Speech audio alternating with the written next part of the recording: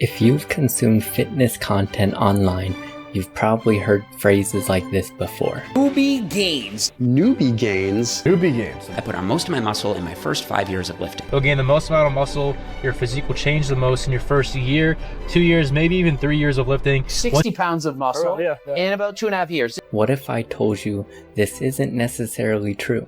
What if your best gains are actually yet to come? Let's talk about this statement in particular. Most of your gains will come in your first few years lifting. In theory, this could be true. If you do everything absolutely perfect your first few years lifting, maybe you will end up making most of your gains, but the reality is this just isn't the case for 90% of people. You can watch hours upon hours of YouTube videos and fitness content on social media, but you really don't know what you're doing until you actually go out and do it. We are all humans. We get better at things by doing them. On top of that, there are so many different factors that go into building muscle that makes it very unlikely that you will have everything dialed in your first few years of training. Are you training properly? With sufficient intensity? Is your programming good?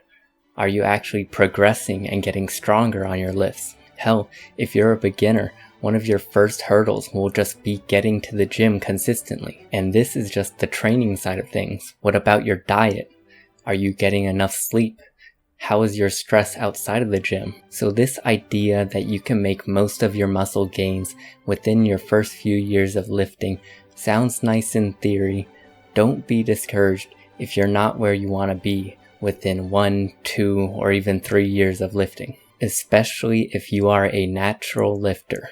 I will repeat this message until you guys get sick of it, but it really does take time to build muscle as a natural. 99.99% of these guys who blow up and look like Hercules after 1 year of lifting are on steroids. And the other 0.01% have genetics that you could never even dream of. Let me share with you my own transformation, which I believe is very realistic for most of you watching this. This is what I looked like when I first started working out. Not an ounce of muscle to be seen, no definition, just skinny. So naturally, I decided to bulk. And after a year of eating in a surplus consistently for the first time in my life, I decided it was time to see some abs. Like most people, I just wanted to get a six-pack for the first time in my life, which led me to my first cut. And after a few months of dieting, I ended up looking like this. I would say there's roughly a 1.5 year difference between these two pictures. And I'll spare you the storytelling and just pop up some extra photos from years 2 and 3 of lifting. As you can see, not a freakish transformation by any means.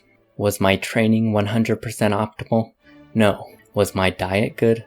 Also no. At the time, I thought I was doing things properly. I watched all the YouTube videos, I read all the forum posts, just like you guys probably do. So if you're like me and don't make insane progress right away, don't be discouraged. I saw all the guys you see on social media blowing up after a similar amount of time training. And to be honest, it was discouraging. You put in all this effort and yet you don't hold a candle to these guys you see on social media. It makes you feel bad.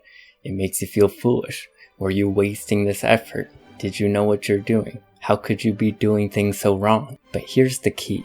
I didn't quit. I could have said, I don't have the genetics for this, there's no point in even trying. Or something like, you can only look good on steroids, so I'm not gonna bother. But I didn't. I kept going, I kept trying, and I learned along the way.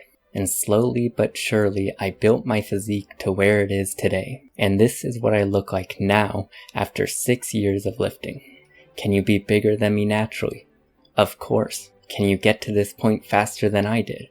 Yes. This video is for all those guys out there who are in the spot that I was once in. Don't be discouraged if you feel like you're taking all the right steps and are still falling short somehow. I've been training for 6 years now, and I just now feel like my gains are starting to take off. You don't come out of the womb knowing how to speak, knowing how to walk. The gym is no different. At the beginning of your fitness journey, you might lack in genetics, you might lack in training and diet knowledge, but you can make up for this with 2 simple things. 2 things that I know for a fact every single one of you can control: consistency and work ethic. See, you don't need to know every single thing about diet and training right away. No one does. But what you absolutely need to do is show up consistently and try hard. Showing up and putting in the work is the bare minimum. If you're having trouble showing up to the gym consistently, make sure you actually enjoy your workouts. Don't just copy some random influencer's workout program because they say it's optimal. It doesn't matter how optimal a workout is if you hate it so much that you won't even show up to the gym. And if you're just starting out in the gym, you might be thinking, I hate working out, there's no way this is going to be enjoyable. To that, I would say you have to experiment and find out what you enjoy. Maybe you'll find that you like training like a power lifter. Some of you might like calisthenics. When you're just starting out in the gym, it really doesn't matter what you do, you will build some muscle, provided you are putting in the effort. And what I mean by effort is training hard. And by training hard, I mean going to failure. Going to failure is the simplest way to make sure the effort is actually there. Record your working sets to make sure you are actually going to failure. The less experience in the gym you have, the worse you are going to be at gauging reps in reserve. All these science-based gurus will tell you leave 2 or 3 reps in reserve. But here's the thing. As beginners, you don't even know what that means. Working out is already an uncomfortable experience, so you might stop 5 reps short. So the best course of action is to just go until you can't go anymore. There's nothing wrong with going to failure. As long as you're not ego lifting with weights that are way too heavy, you won't hurt yourself. Just listen to your body. If something feels wrong, stop. If you find that you're not able to recover from your workouts, maybe dial it back a little. Now let's say you already have the consistency and work ethic down, but you still are struggling to make some gains. How do we break through to find that next level? Well, one of the easiest things you can do is to track everything. Track your lifts to make sure you're progressing. Track your food so you know that you're eating the right amount for your current goals. Weigh yourself every day so you get a proper weekly average. This stuff is simple. Step on the scale every morning and put it into your phone. It's that easy. That takes 2 seconds. You can easily do the same for your workouts during your rest periods. Your food doesn't have to be super precise, measuring every little thing you eat, but you do want a general idea of the calories and the protein at the very least. Tracking all this is very easy, and it can be the difference between spinning your wheels in the gym and actually making progress.